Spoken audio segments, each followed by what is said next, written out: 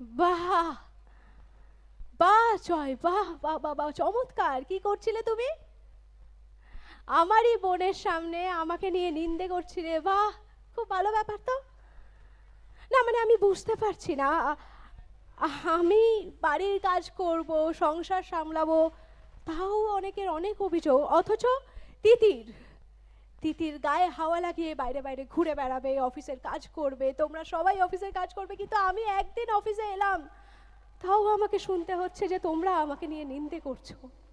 চমৎকার! জয়, আমি কেন এসেছিলাম জানো তো?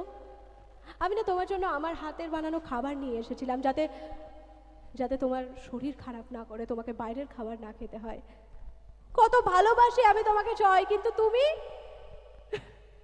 তুমি আমাকে একটুও ভালোবাসো না জয়।